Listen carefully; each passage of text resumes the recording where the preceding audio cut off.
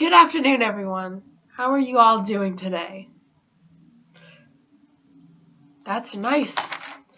I see you colonists sure do love to yell, but screaming and protests aren't why we are here at all today. You see, ladies and gents, today we are here to talk about the judiciary system in this fine country. It is a branch of government dealing with crime and punishment.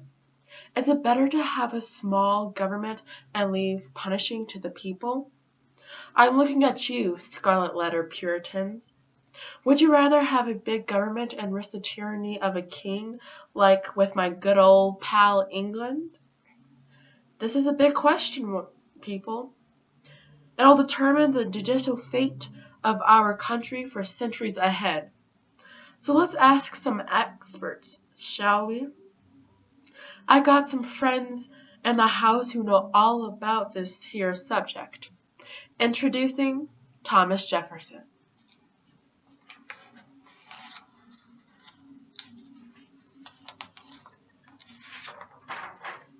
This man here authorized your beloved Declaration of Independence.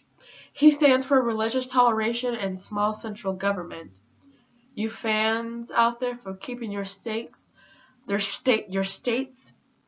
and their American individuality, this is your man.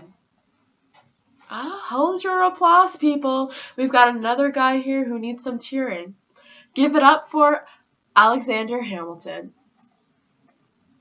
You may not know this fellow too well, but trust me, I have a feeling in the future he'll be getting famous in a musical sort of way.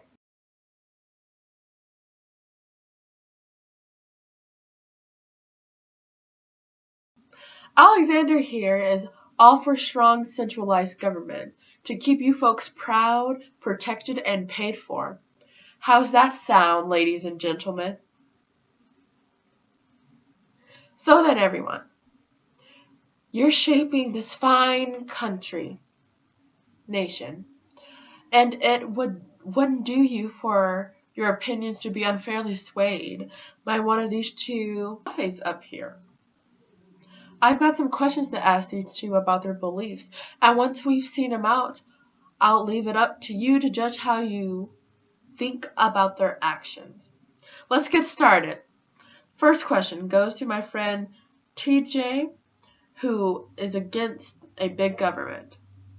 Tell us why you feel that it should be this way. My dear Lady Liberty, you should know how important it is for every being on this earth to have free will. Individuality extends beyond singular people to whole communities, whole colonies. The people in these places base their judgment and punishment on generations of experience, on culture and what they know is best. States should control their own matters and the matters of their people. We learned under the tyranny of King George the horrors of a strong central government. Don't you think? I would much rather have kept the structure of the Articles of Confederation. Do you have anything to say about that, Mr. Hamilton? Miss Liberty, my friend, Jefferson is overlooking some important facts, such as court rulings without bias, and that too much power in the hands of the people leads to corruption and revolt, like we saw in Shays' Rebellion. And what about matters that affect all states? Matters that states cannot be trusted to look over just one time? What then? The Articles of Confederation needed to be fixed. Else we would have not needed a new constitution. I see. Then, gentlemen, knowing your motives for murder, let's talk about the Judiciary Act of 1801. Hamilton here and his Federalist goons passed that act with a lame duck Congress. Passing a controversial act before the new Congress is sworn in is dirty play. Luckily, the Democratic-Republican Party doesn't play by those slovenly rules. We repealed the act as soon as our majority could, truly for the best of the nation. For those of us who don't know, will you explain your position in the Judiciary Act and what it is, Mr. Hamilton? The Judiciary Act that my fellows passed using whatever means necessary to achieve what was best for the people. Within it, we reorganized the system of the judiciary, removed the Supreme Court justices from their circuit duties, and corrected the number of justices from 6 to 5. We established new court circuits with spaces for our president to appoint new judges before he left office. Dearest Jefferson here knew our system was so good that he adopted the structure afterward. TJ, you mentioned the Democratic Republican Party earlier. Can you talk about your connections to the party and how it affected your presidency? The Democratic Republican Party believes in a nation where the vast majority of power does not rest with the people is not a good nation. The president before me was John Adams, a Federalist. He was the one who called a lame duck Congress and appointed many judges and justices of the same mind. Hamilton here actually helped me get elected.